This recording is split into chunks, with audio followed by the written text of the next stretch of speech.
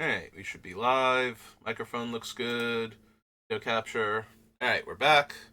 We're working on Indoraptor. There's Indoraptor in case you're starting with part 35 and have no idea what Indoraptor does. Oh, here's the Indoraptor. You can read him. And we are at 97 non-land cards. We need to get the deck down to 60, so that way we have room for 40 lands. This is counting Indoraptor as one of the 97, so we do need to get it down to 60 total with the Indoraptor, and then 40 lands, and we should be good. But we're getting to that part where we've cut a handful of the sub-themes out of the deck, so now it becomes, well, what is actually essential to Indoraptor and what is just really good in his deck. And there are a lot of things that are really good in the deck now that I need to cut, unfortunately, because we do not have room for basically anything else. So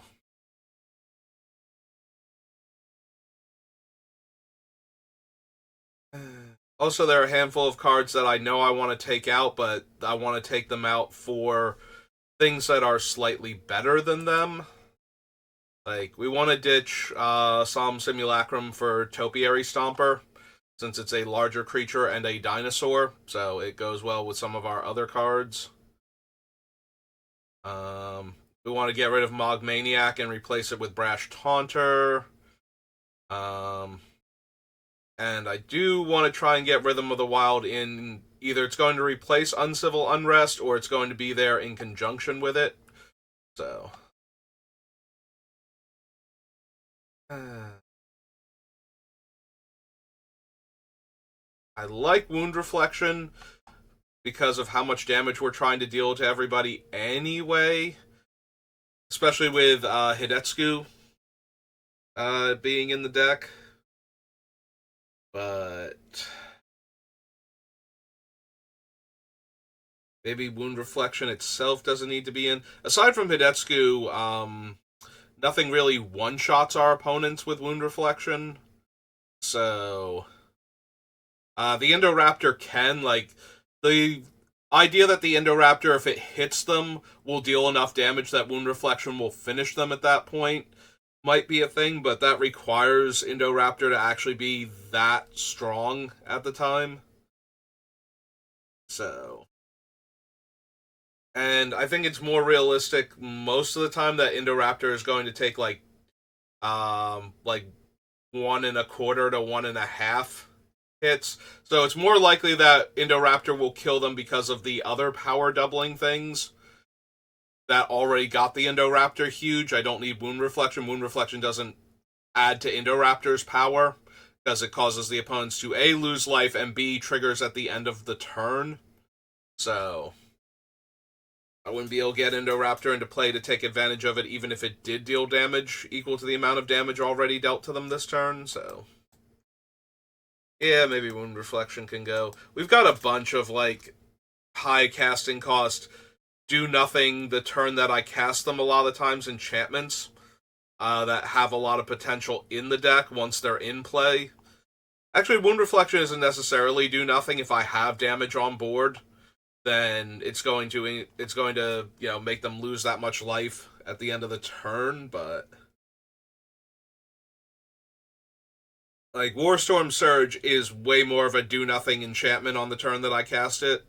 The deck doesn't ramp that hard that I'm going to be able to cast a 6-drop enchantment and a large creature in the same turn consistently. Yeah, all of our ramp is getting a few extra lands into play so that we can cast our spells more consistently. And a couple of big mana artifacts. So Soul Ring, Mana Crypt, and Grim Monolith currently on the list. That's most of the time. Every once in a while, we're gonna get a Rakdos setup where our giant creature only costs 1 mana because of how much damage we've done.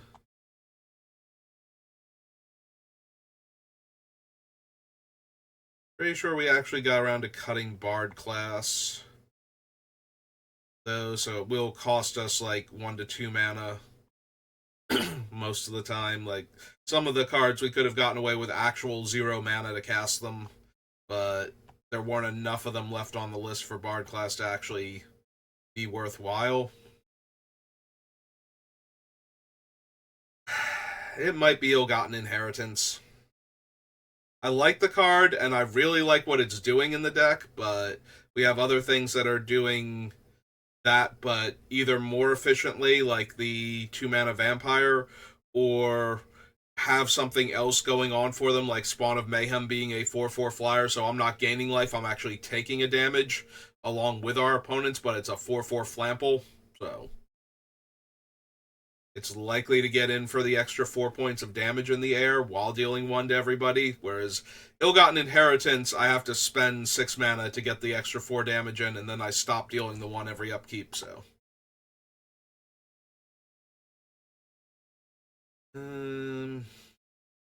Yes, Ill-Gotten Inheritance might be one of the cards that needs to go then. I do like Tectonic Giant. I like Leyline Tyrant too, but it's possible he can go. Rolf is just so good with damage multipliers when I'm doing all this, like, effect damage everywhere. This has so much potential. Fable the Mirror Breaker is another one. This one's just in here because it's really strong, not because it's actually like full on doing what the deck cares about. Copying one of my large creatures, especially one with an effect that's already boosting the team, like we can't copy Open Drill because it's legendary, but we could copy like Pathbreaker Ibex or something, assuming that one even stays in. Or we can copy one of the creatures like Brash Taunter or Ill-Tempered Loner before casting a big burn spell for the table and killing everything.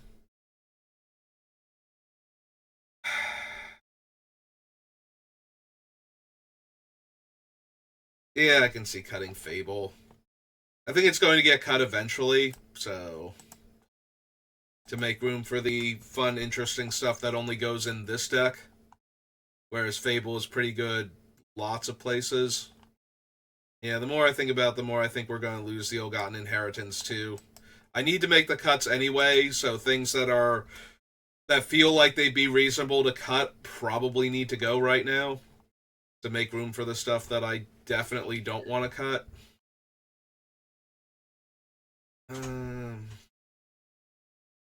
We want to try and keep Zopendrill. Vorinclex is the pet card that is in real danger of going once we're down to like 65 cards or something, and I just can't cut anything else. But I really desperately want to get to the Chapter 3 and have Indoraptor just start meleeing everything in play until our opponents are dead, or there's nothing left for it to kill anyway. One or the other, probably both. Fall of Care Andros. I can see this one going, but I hate cutting it for the same reason I don't want to cut Torolf. We just have so much potential to have a giant amass token in play after wiping the board, and it probably will have haste too from all the other effects that we have, so.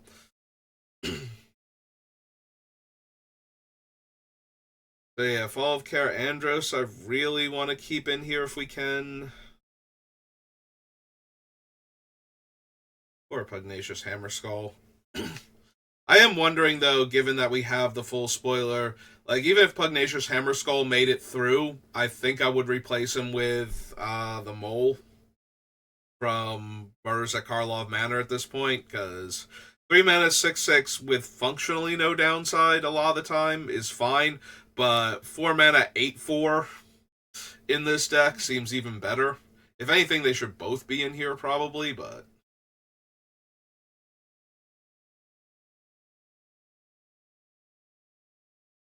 Warstorm Surge, Chandra's Ignition, Fiery Emancipation, Terror of the Peaks. Like, it might be Chandra's Ignition, but casting this on the Indoraptor just seems so good, and casting it on some of our other creatures is probably fine too. Like, we have enough ways to A, make the power huge, and B, make the damage huge that it's functionally a one-sided blasphemous act if they don't kill the creature in response. The biggest downside to Ignition is that they can kill the creature in response, so. Whereas the other ones, killing one of my creatures doesn't really do anything. The closest to that functionally is being able to destroy the land that we target with Star of Extinction to get around to actually counter the Star of Extinction. Yeah, it might actually be Chandra's Ignition. It's hard to set up where they can't kill the creature in response, aside from the Conqueror's Flail, not letting them cast spells.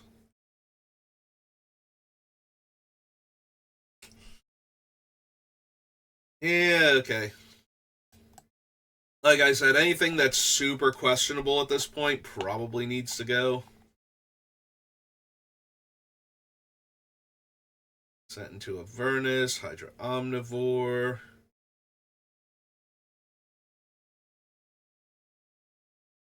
Could be Siege Behemoth. Siege Behemoth. Like, so much potential damage. Mostly the fact that they can't just chump block my creatures. They either have to put things on it that will allow them to trade with my guys, or they might as well not block at all. Although there are times where they can block and give me the option to kill their guy instead of dealing damage to them, like hope that I decide I hate their creature more.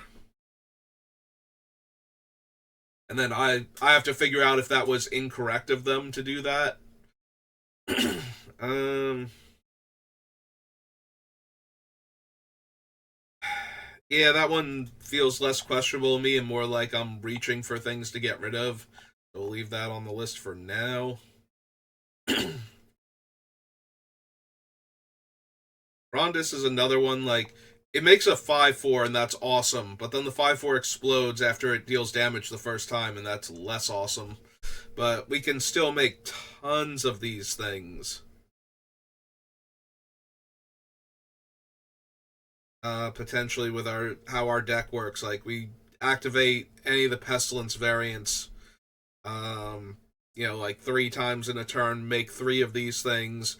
Next turn, if we still have the mana, we make 3 more of these things, and so on until it gets back to our turn and we have, like 10 5-4s in play, and it doesn't matter that they don't live past dealing damage. They're going to get to deal their damage, and then we can start the cycle all over again.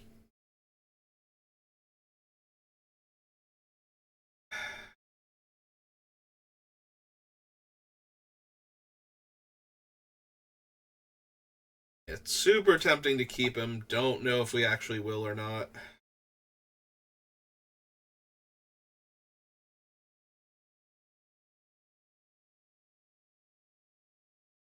Alright, so we cut 1, 2, 3, 4.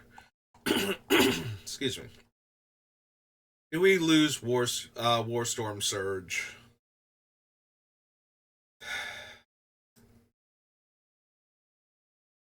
I kind of feel like we do. I have no idea what Warstorm Surge actually sells for. Actually, doesn't what's its name have a thing? Because I was gonna say I know the dragon is incredibly expensive. So if it's cheap, if Warstorm Surge is cheap enough,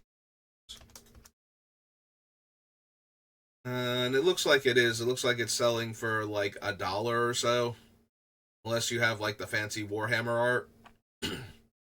um.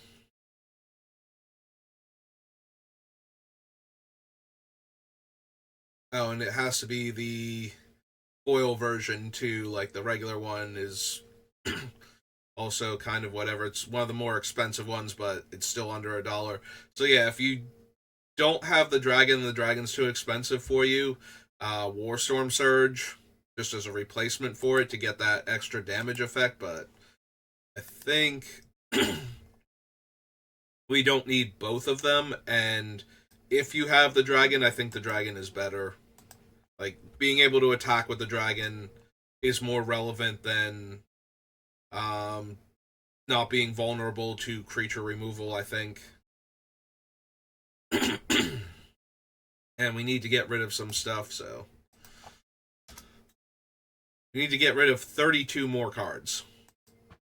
And it is taking me this long to get through just a couple of them.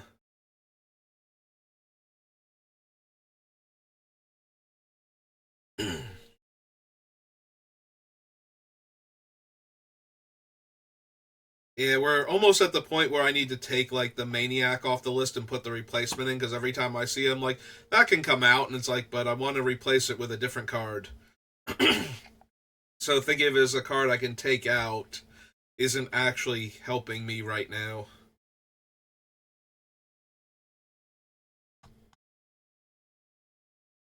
I wonder if it's the Coal Hauler Swine. Like, we have a bunch of the other creatures that deal damage to our opponents when they're dealt damage. So it's not like we don't have that effect. But the Swine dealing the damage to us also, and also being a 6 mana 4/4 is not helping it. Like, if it were a 6 mana 6/6 with this drawback, it'd be a lot better because I'd have a lot easier time damaging it without worrying about it dying. And the fact that it's the worst of the ones dealing damage, the only upside is that most of the ones that deal damage to our opponents besides it deal damage to an opponent or a target. So the Coal Hauler Swine deals damage to everybody, which makes it a lot easier to get extra damage out of it against the table. You know, like one activation of Pyrohemia deals, 2 to 3 extra damage instead of 1 extra damage for having dealt damage to this creature. So, I do think we'd be better off with any of the other ones that we have. And I think we have enough other ones that I don't need this one anymore. Also, I'm, again, desperately looking for cuts, so we have to take what we can get here. I think Coal Hauler is one of the worst things still on the list. Like, the other ones don't have any chance of killing me. Coal Hauler Swine has a chance of killing me.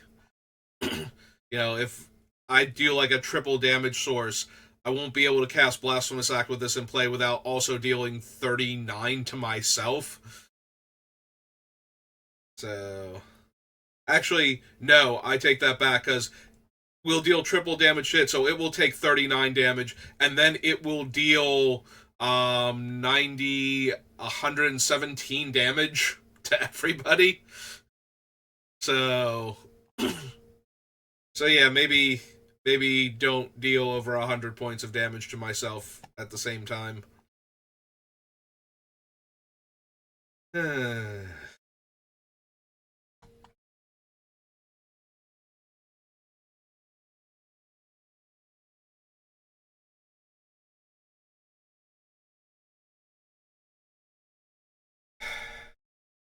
really like Rakdos. Making my spells cheaper is always going to be helpful.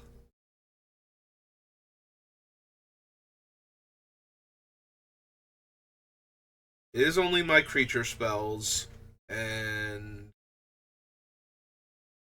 it is only the colorless mana on them, but we do have enough expensive things that's very realistically still going to give us um, very cheap spells for a turn, including shaving the commander tax off Indoraptor.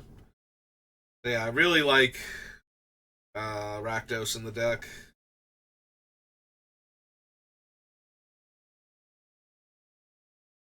I like Neheb.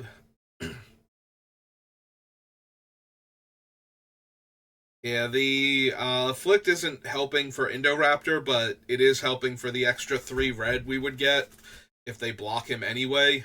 So, kind of wanna keep Neheb in for the extra mana generation. Like, being able to cast an expensive creature pre-combat, give it haste, attack with it, get the damage in, and get a rebate on the mana we spent on it, potentially. The form of red mana, too, which is, we need red mana to cast Indoraptor. We can get by with 1 green or 1 black, so.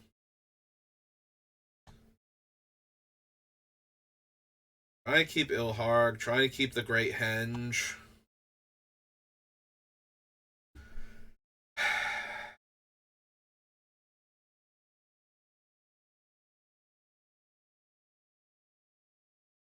I really like Leyline Tyrant.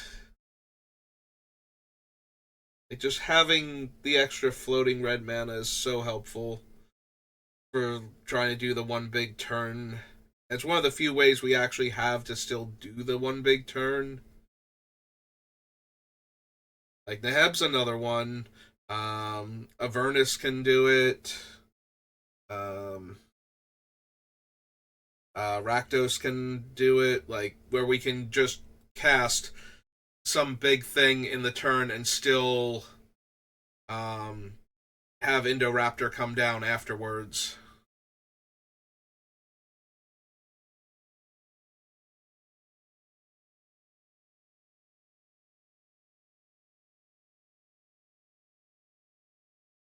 Turn clicks, fall.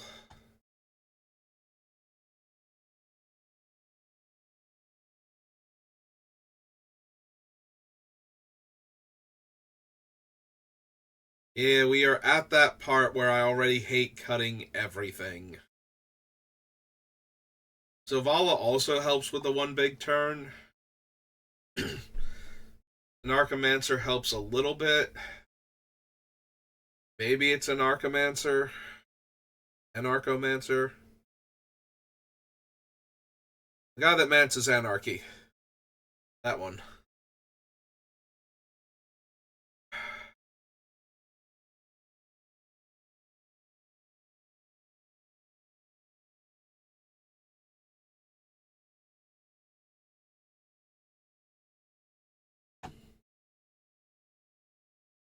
Alright, I keep considering cutting Siegebreaker or Siege Behemoth and Pathbreaker Ibex.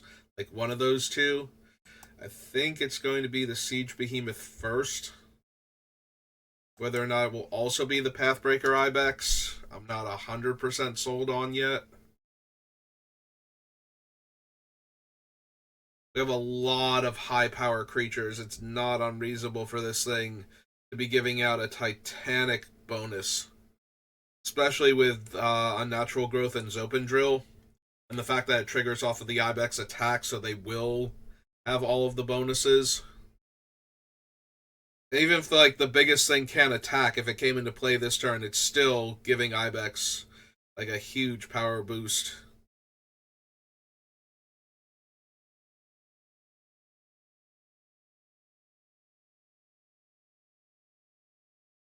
Alright, Indoraptor. Yeah. Center you.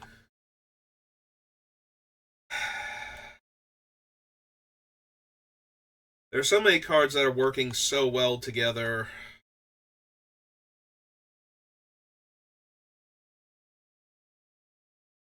Could still be Ravenous T-Rex for the Enrage. Not for the Enrage, for the power doubling and the damage doubling and tripling. Like, hitting with the T-Rex and then like doubling the damage that it's about to deal and then doubling the overflow damage or tripling those just feels so good with everything that we have.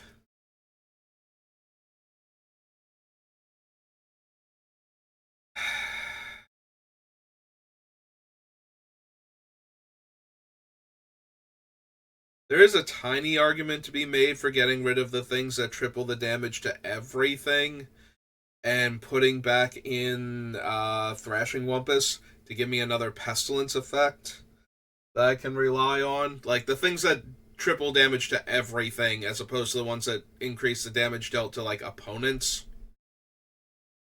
But I'm worried if I cut that, I could also get Sulfin back in because now he's not dying. He's not dying. Hang on.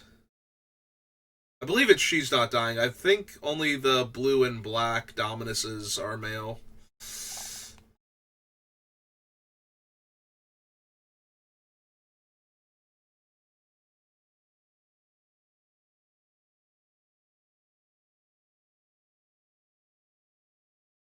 Weird things that randomly wind up getting stuck in my head.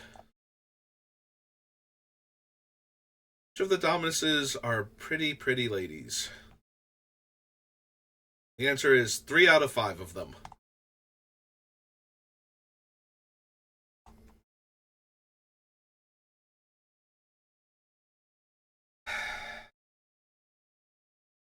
Mm. Alright, so we cut these two. That brings us down to 90, so we only need 30 more cuts. Exactly.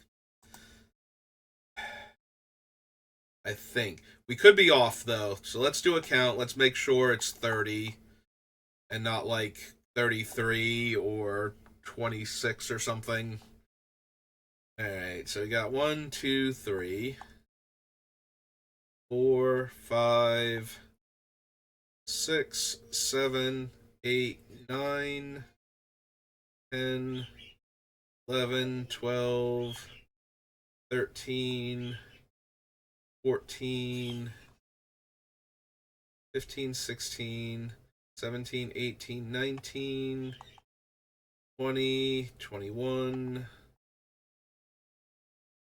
2, 3, 4, 25, 6, 27, 28, 29, 30, 31, 32, 33, 34, 35, 36,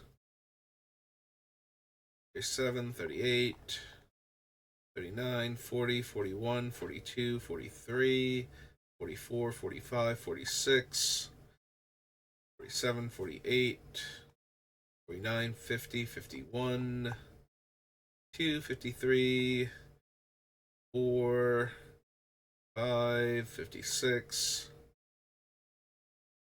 7, 8, 59, 60, 1, 62, 63, 64, 65, 6, 7, 68, 69, 70, 1, 72, 3, 74, 75, 76, 7, 78, 79, 80, 81, 82, 83, 4, 85, 86, 87, 88, 89.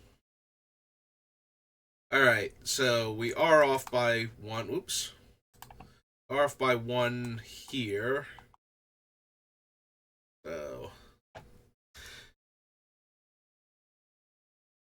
that might have been. I forget if we went down one for the Savage Stomp or not, but. Or if I wasn't sure if it had been on the bottom list where I cut it and then not on the top list. Alright, so 29 cuts. Woohoo. I mean, it does help. Alright. Go down here to all of my sub lists. We can get rid of the things that we cut. Because I might need to come down to the sub list and start cutting other things.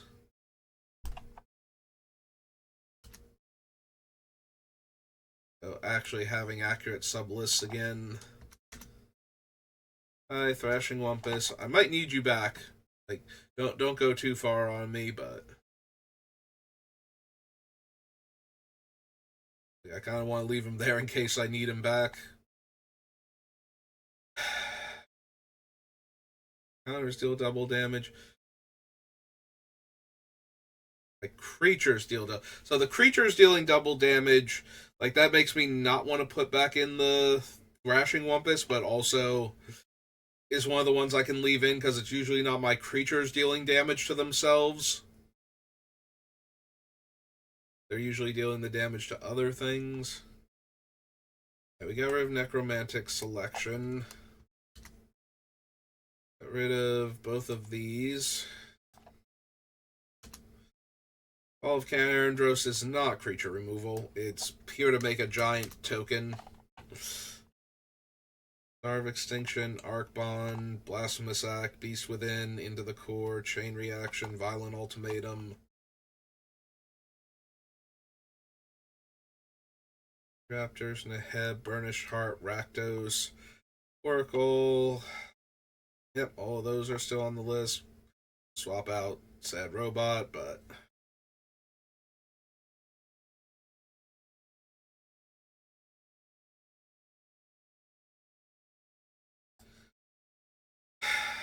do I get rid of Fall of Karandros because it's just a big dumb creature? Like, that is functionally what it is, and it needs one of the other cards in order to be a big dumb creature. Because it's almost never going to be like shoot your guy for 7. Like, if that's what I'm doing with my mana, things have probably gone very wrong for me, and I need to have hoped that they've gone wrong for other people too, so that way I'm not just dead.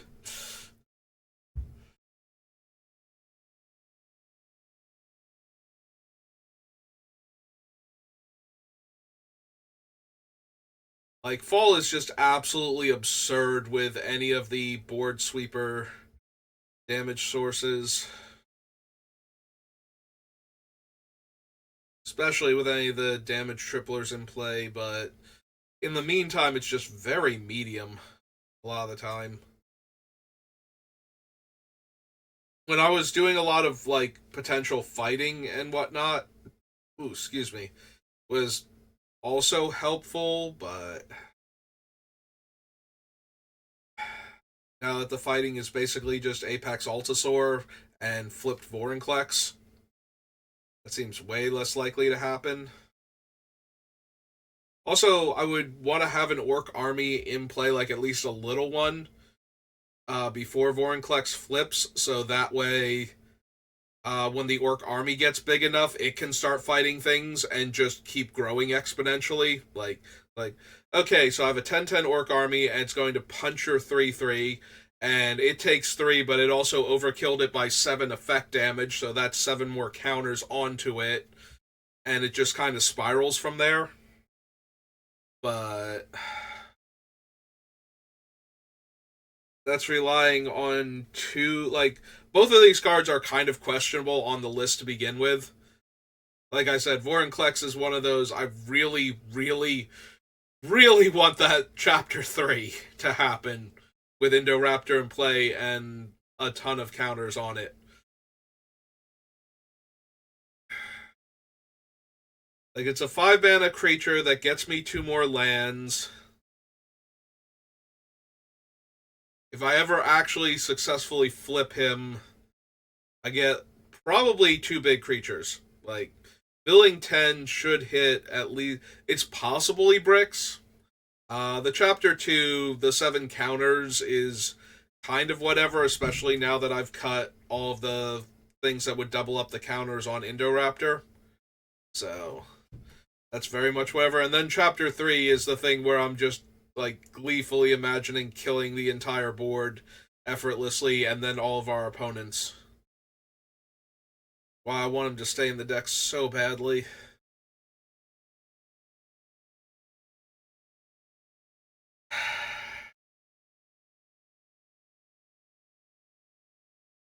Hmm.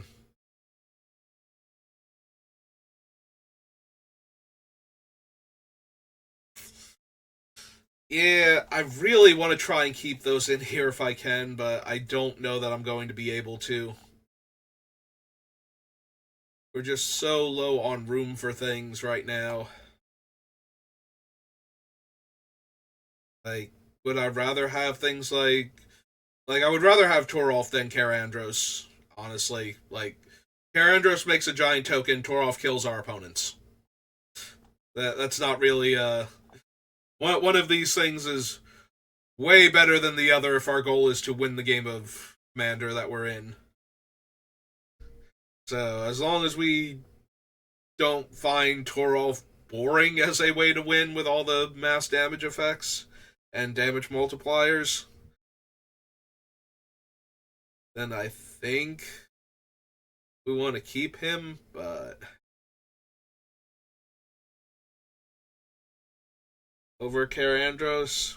But if that becomes like okay, and we just drew Torolf, so we just win again, and that's kind of boring, then I can see putting Karandros in to replace Torolf. But yeah, Karandros has to go. I just do not have room for it. That is so sad. So very sad. Sorry, Karandros.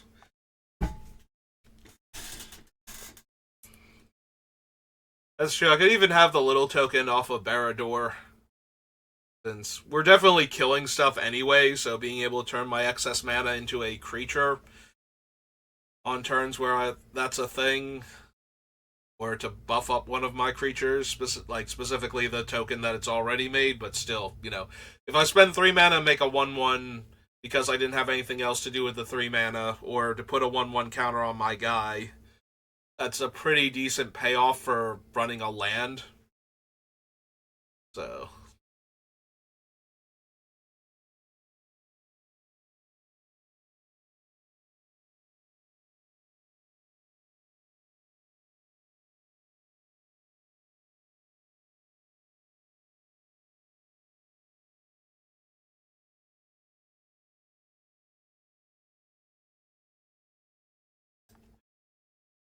alright.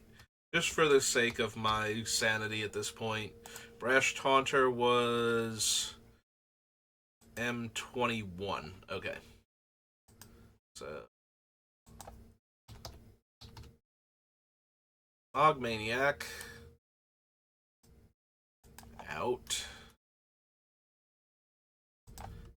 M21. Brash Taunter is 3 in a red. Gray Goblin. Just a Goblin, 1/1. Okay.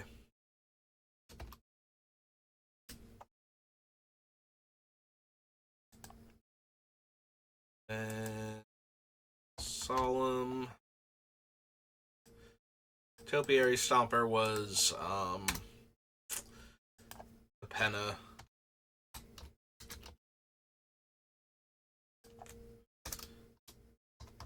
Topiary Stomper is 1 green plant dinosaur 4/4.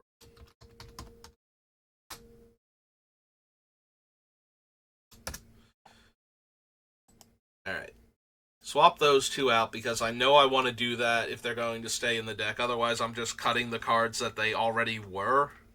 And this way I can decide if I want to cut something like do I cut Sakura Tribe Elder then? Instead of... Because I would rather have the Topiary Stomper than the Sad Robot. Because it's A, larger and therefore more likely to survive my damage dealing effects, but also a dinosaur or the raptors that deal damage whenever my dinosaur is dealt damage. So I think the lower casting cost, higher power and toughness, and synergy with like 1 or 2 Dinosaur Matters cards are more important than the drawing a card and being colorless and having an easier time attacking in the early game. Or blocking, for that matter. But yeah, I think we can replace the Topiary Stomp, or replace the Sad Robot with Topiary Stomper, and spending 2 more mana on Mogmaniac to give it Indestructible. And its effect. Also, the fight ability. So, although we're not running the one guy that cares about fighting anymore, and only the Brash Taunter can fight this way, so... Although with damage tripling effects, that does mean the Brash Taunter will deal 3 damage, so it might be able to punch out, an actual relevant creature. You know, it can punch out 1/1s or X1s just fine, but with damage multipliers, it might be able to kill like a 2/2 or a 3/3. Um, Also works excruciatingly well with the um, multipliers because the opponent's thing will deal damage to it and it will multiply the damage that it's dealing back outward again, even though we can't multiply the damage dealt by their creatures without something like Furnace of Wrath, which, let's be honest, I'm already dealing enough damage to myself. I don't need Furnace of Wrath.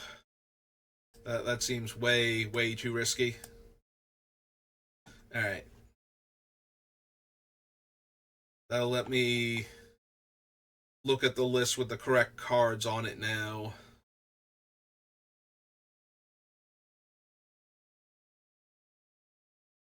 What is our ramp? Let me go back to the ramp section, because now that I'm thinking about it, it's like, do I actually want to cut one of the smaller land rampers, and which one do I want to cut if I'm going to do that?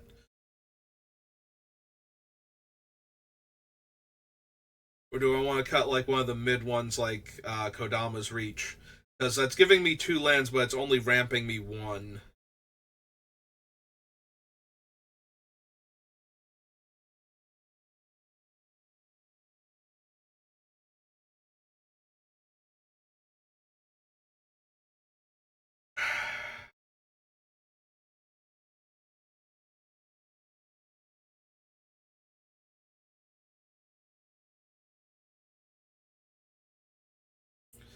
Is it Grim Monolith? Because Grim Monolith doesn't untap naturally.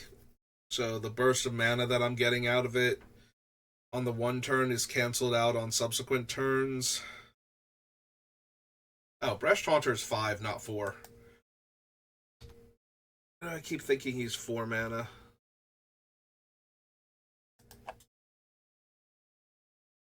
So, a little bit worse, but I think still better than the 1/1. Like, there might be an argument to be made that a 5 mana 1/1 isn't worth it, although I think it is in this deck. Like, being indestructible when I can deal tons of damage to it.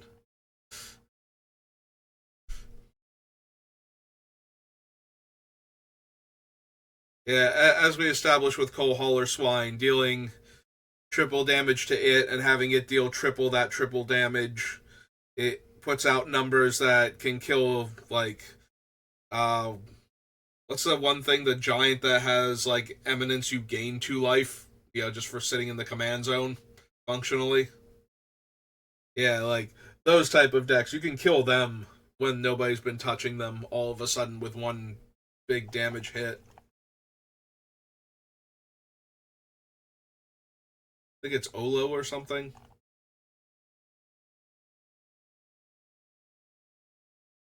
Alright. Soul Ring, Nature's Lore, Grim Monolith, Kodama's Reach, Sakura Tribe, Farseek, Oracle of Moldiah, Rakdos, Burnished Heart, Neheb, Ranging Raptors, Great Henge, Leyline Tyrant, Selvala, Goblin and Narcomancer, Sent into Avernus.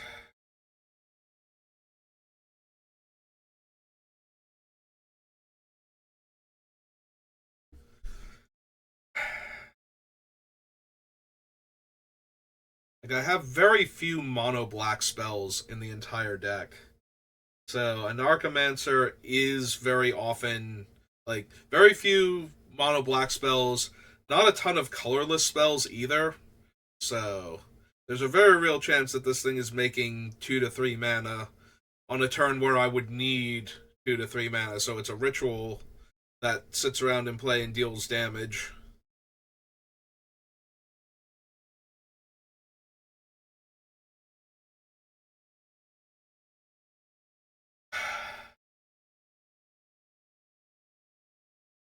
I'm very seriously debating Selvala in my head right now. When she's good, she's amazing. When she's not good, she's a bad Lalamore elf with, like, better physical stats. I guess technically she's a better what's its name, Utopia tree. And she can get me mana of any color.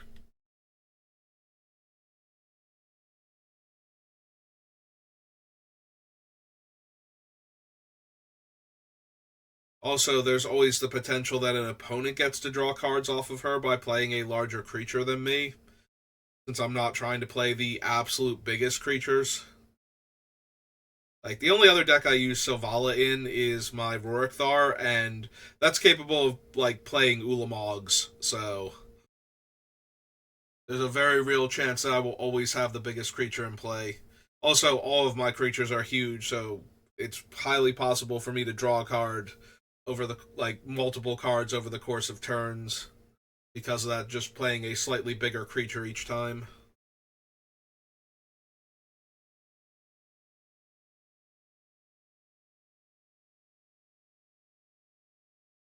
Which this deck does not do as well.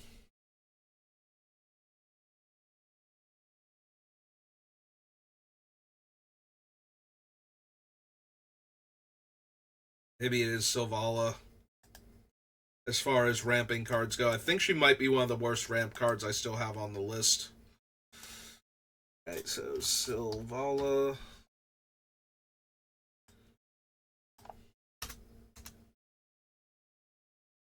46 minutes, so we're not going to finish now. I'm not going to have a sudden breakthrough and cut 27 cards. So I suppose the real question is, am I going to keep going after this? I'm going to need to feel like I can make progress over the course of that hour if I'm going to do a second one back to back.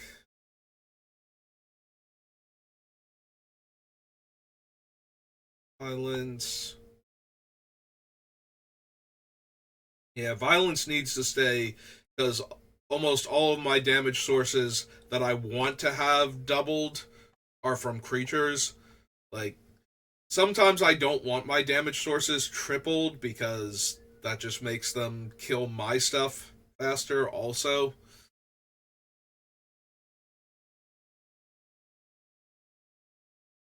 But I think the potential for it to kill our opponents makes the triple damage too valuable to cut. Like, there's a part of me that does want to cut them, but then I have to add back in the damage doublers that only affect when I'm dealing damage to the opponents or the opponent's things. So that's not actually taking any cards out, it's just swapping them to like focus the strategy a little bit better. So that's not actually helping with my card count here.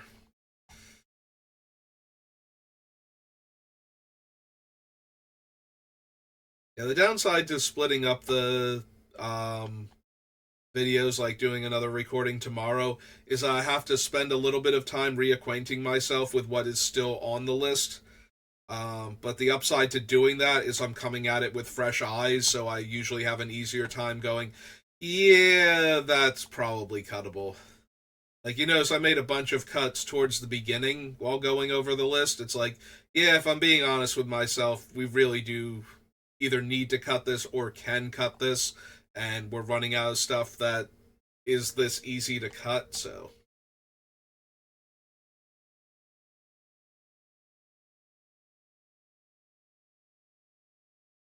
Is it Leyline Tyrant? It could be. 4 mana, 4/4 dragon does let me store red mana, which can be super helpful, but we have cut a bunch of like the X spells, so one of the biggest things about Leyline Tyrant is letting me store red mana for Pyrohemia. Like, if I don't want to, if I have enough red mana, but then again, I could always be activating on other players' turns. So that's still a good place to put the red mana if I'm not going to um, activate it all in one turn. Like, if anything, it's good to save up red mana so that when I draw Pyrohemia, I can cast it and still have, like, 10 or 12 red mana floating that's just threatening to activate at any second.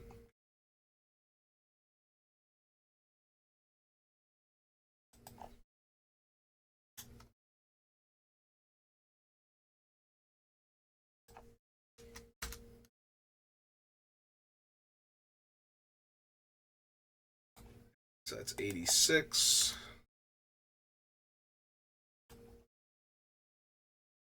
Clear all.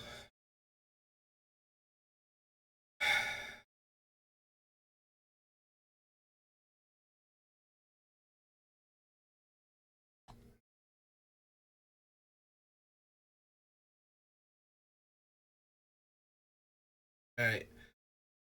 Looking at my lands right now to make sure I don't have anything on the list that would potentially replace one of the spells in the deck. Like I'm getting the effect from the land, so I don't necessarily need the effect from a spell also. Just to see if there's anything else.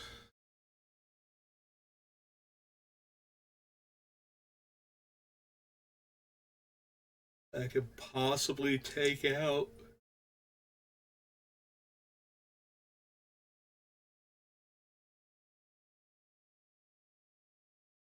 Not really seeing anything. Like, so far, all of them are just fixing mana or a tiny bit of ramp. Like, we're only running Castle Embereth because I feel like it's a free roll to maybe add a couple points of damage. And we might not even run it, but it's not currently hurting anything. But we don't have, like, other mass pump effects that it could replace in the deck, you know? Like, we're not going to cut Pathbreaker Ibex because I have Castle Embereth in the deck. Type of thing. Like, the Ibex is doing way more damage. Boseiju Who Endures is another thing that can't kill a creature that's on our part of our removal package, so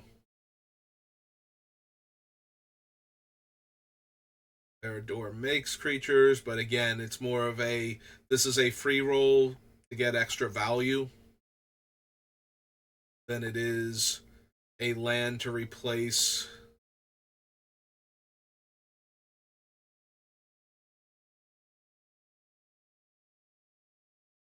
Yeah, I looked at Cavern of Eternity. I'm like, do I even still want that?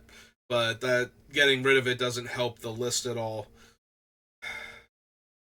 All right, so considering I have Boseiju Who Endures, does that make it easier to cut any of the non-creature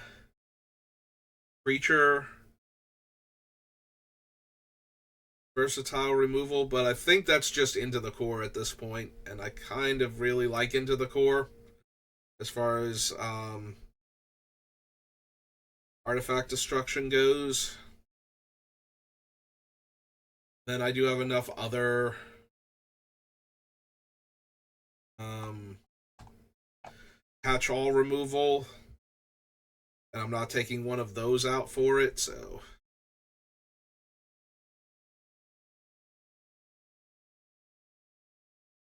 yeah, I think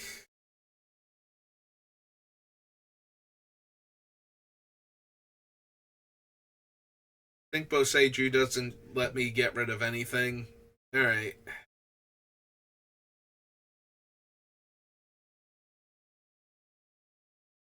So we're past the 50-minute mark.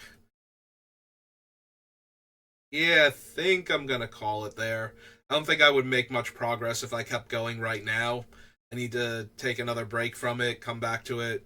Like I said, coming back to it with fresh eyes usually helps me catch cards that I've been looking at this entire time that either no longer serve the function that I thought they were going to when I put them on, or that I've just been missing this whole time that are still somehow on the list.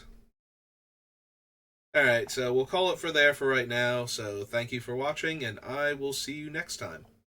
Have a good rest of your day.